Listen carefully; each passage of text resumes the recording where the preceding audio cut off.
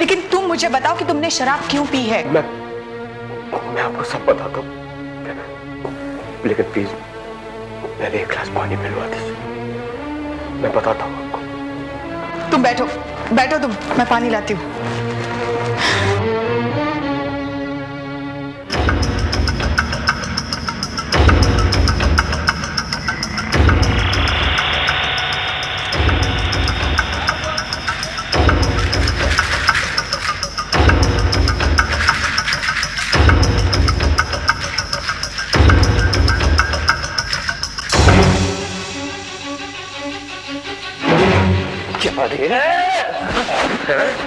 मुझे फंसा के खुद चैन की नींद सो रहा है। मैंने तुझे बोला था आदित्य शर्मा कि अगर तूने राकेश नाथ को कुछ भी बताया तो मैं ये बात भूल जाऊंगा कि तू मेरे बड़े भाई का साड़ू है। विजय विजय, तू बहुत बड़ी गलती कर रहा है। तुझे याद है ना कि मैंने तेरे लिए। मुझे सब याद है, मुझे याद है तूने शकील भाई को छुड़वाया था।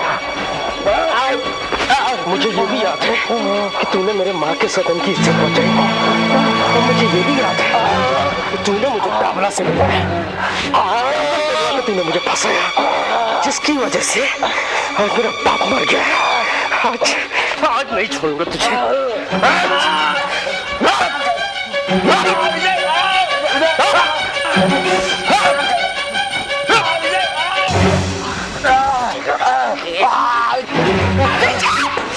विजय क्या कर रहे? विजय छोड़ो इन्हें! विजय! विजय छोड़ो इन्हें! विजय! विजय प्लीज! विजय! विजय छोड़ो इन्हें! विजय तुम्हें तुम्हारी माँ की कसम है, छोड़ो इन्हें!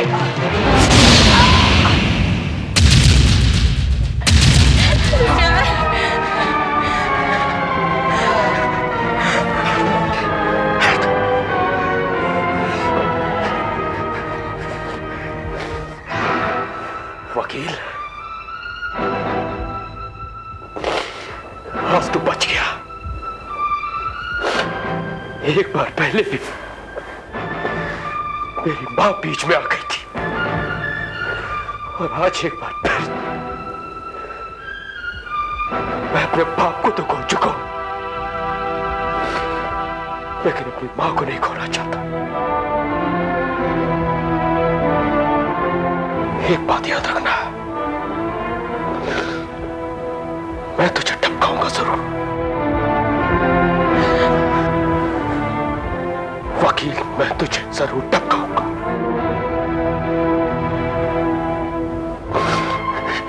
याद रखना।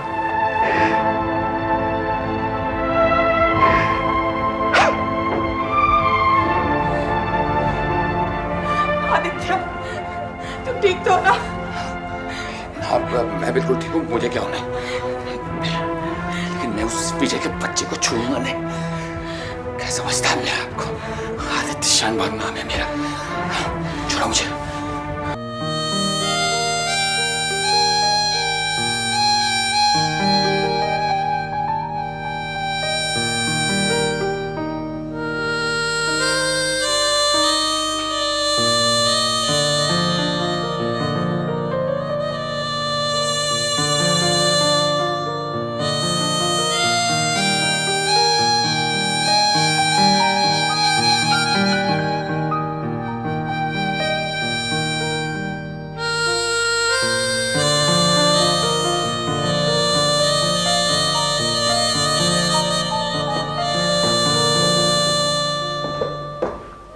अरे अंकल, नेहा को कहीं देखा?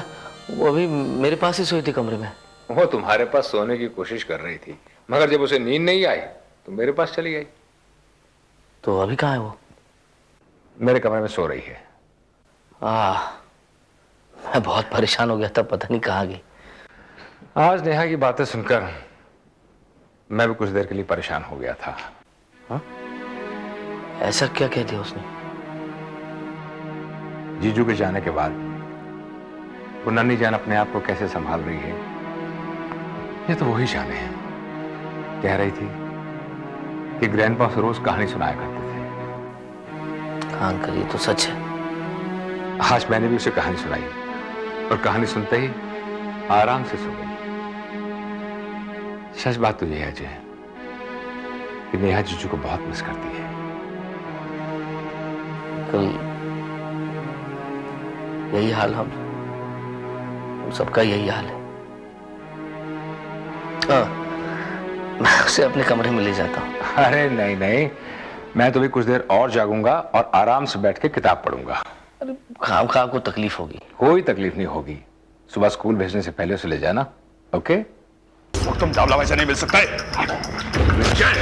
तुम इस वक्त शराब पिए हो, सुबह आकर सूफी हालत में बात करना समझाए। विजय चौधरी को रोक रहे हो।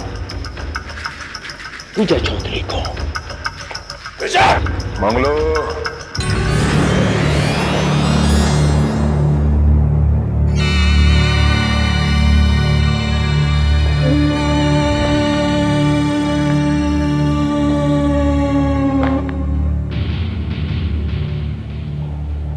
तो मेरा अंदाजा बिल्कुल सही था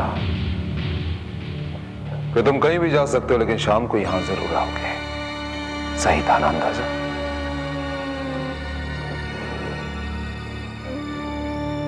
आपको कैसे पता कि मैं यहां आऊंगा? दावला भाई को सब पता है विजय चौधरी, सब पता है। तुम आदित्य से मारपीट करके आ रहे।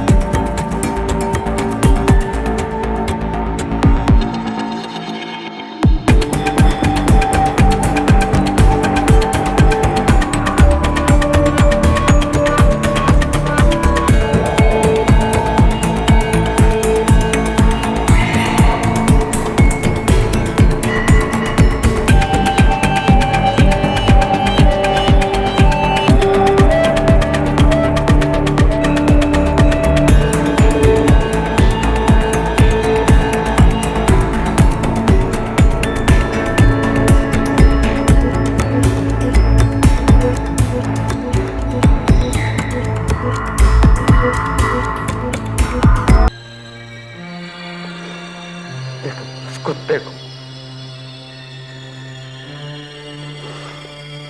कुछ गोली, 6 गोलियां यहाँ पे मारो, 6 यहाँ पे और 6 यहाँ पे, और बाकी की जो बच जाएंगी वो उसके यहाँ पे मारो।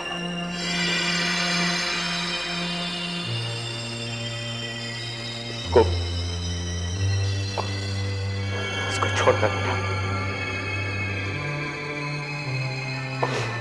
वादा करो तुम उसको छोड़ोगे। तुम घर जाओ विजय, घर जाओ, चिंता मत करो। लेकिन उसको मत छोड़ना रावला, तुम घर जाओ विजय, उसको मत छोड़ो,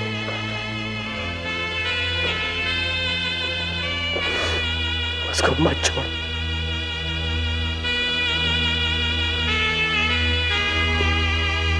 उसको तो मत छोड़ना रावला।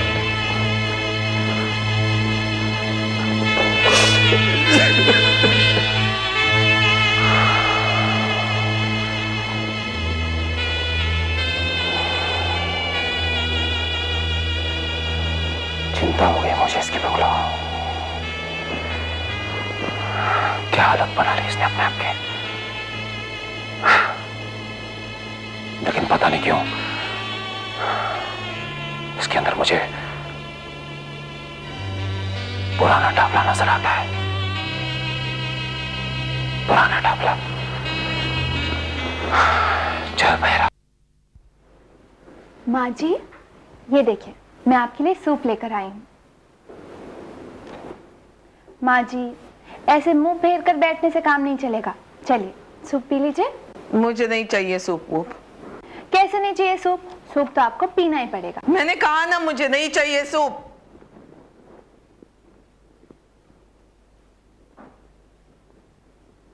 माँ जी, ये टमाटर का सूप है, इसमें बहुत ताकत होती है, इसे नहीं पिएंगी तो आपकी तबीयत कैसे ठीक होगी? मेरी तबीयत जैसी है वैसी ही रहने दो।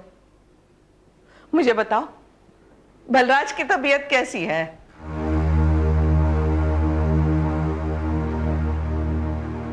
क्या हुआ, बोलती क्यों नहीं? बता ना, बलराज की तबीयत कैसी है? माँ जी, मुझे लगता है अब आपको सच स्वीकार कर लेना चाहिए। सच? कैसा सच?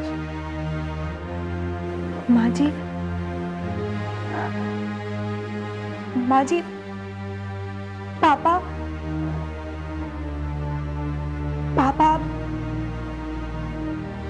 आप इस दुनिया में नहीं रहे। क्या? ऐसे बोलने की तेरी हिम्मत कैसी हुई?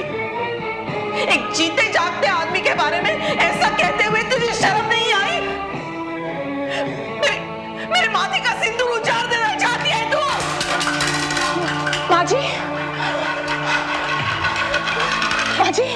क्या हुआ माँ जी, क्या हुआ? ये पूछ क्या नहीं हुआ, ये कहती है मेरा बलराज मर गया, कीड़े पड़े इसके मुंह में, जबान कट कर गिर जाए इसकी।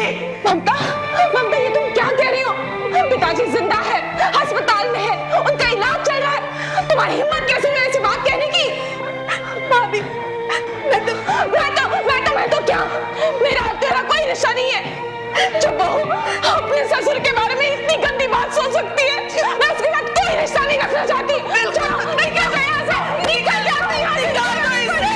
निकाल दो, मैं इसका मुंह नहीं देखना चाहती। मेरे बलराज के बारे में ऐसी गंदी बात कहती है, निकल जा यहाँ से, निकल जा सामने से। कल्पना क्या हुआ? इससे पूछो, ये न जाने किस बहाने से माँ जी के कमरे में गई और माँ जी से कह रही कि पिताजी अब इस दुनिया में नहीं है। क्या? तुम्हें ये सब माँ से कहने के लिए किसने कहा? मुझे पता नहीं था कि झूठ बोल रही है, इसे सब कुछ पता था। दरअसल ये चाहती है कि माँ जी की तबीयत और ज्यादा खराब हो जाए, इसीलिए उसने जाकर माँ जी को ये सब बात बताई ताकि माँ जी बीमार हो जाए। अजय, ये घर में दीवारें खींचना चाहती है। ममता, भैया मुझे तुमसे सफाई की कोई जरूरत नहीं है, तुम कुछ नहीं कहना। अजय, मैंने इसे लाख बार मना किया है माँ जी के कमरे में जाने से, फिर भी ये वहां क्यों गई? ममता, बड़ों का कहना मानना और उनकी इज्जत करना सीखो, और हालात को अगर सुधार नहीं सकती तो कम से कम बिगाड़ना नहीं, समझी? मुझे माफ कर दीजिए।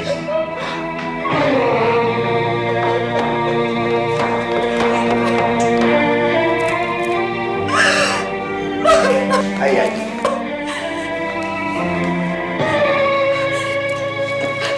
आप लोग बैठिए, मैं चाय लेके आता हूँ।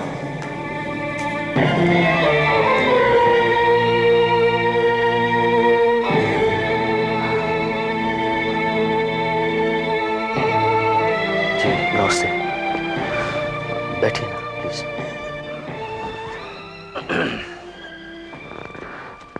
कहिए कैसे आना हुआ? सोचा कल्याणी बहन जी की तबीयत का हाल पूछ लें। जितना मैं जानता हूं अंकल, किसी बीमार को जाकर बार बार ये पूछना कि तबीयत कैसी है, उससे शायद उस इंसान को भी तकलीफ होती है और उसके घर वाले भी परेशान हो जाते हैं। बेटे तुम तो ठीक ही कह रहे हो, लेकिन ममता के नाते हम भी तो घर वाले ही हैं, हमारा भी तो कुछ फर्ज बनता है। और जो ममता ने फर्ज निभाया अपना, बहुत अच्छी तरीके से निभाया। क्या बात है बेटा, ममता से कोई भूल हो गई? अंकल अब वो बच्ची नहीं है, इस घर की बहू है, बहू।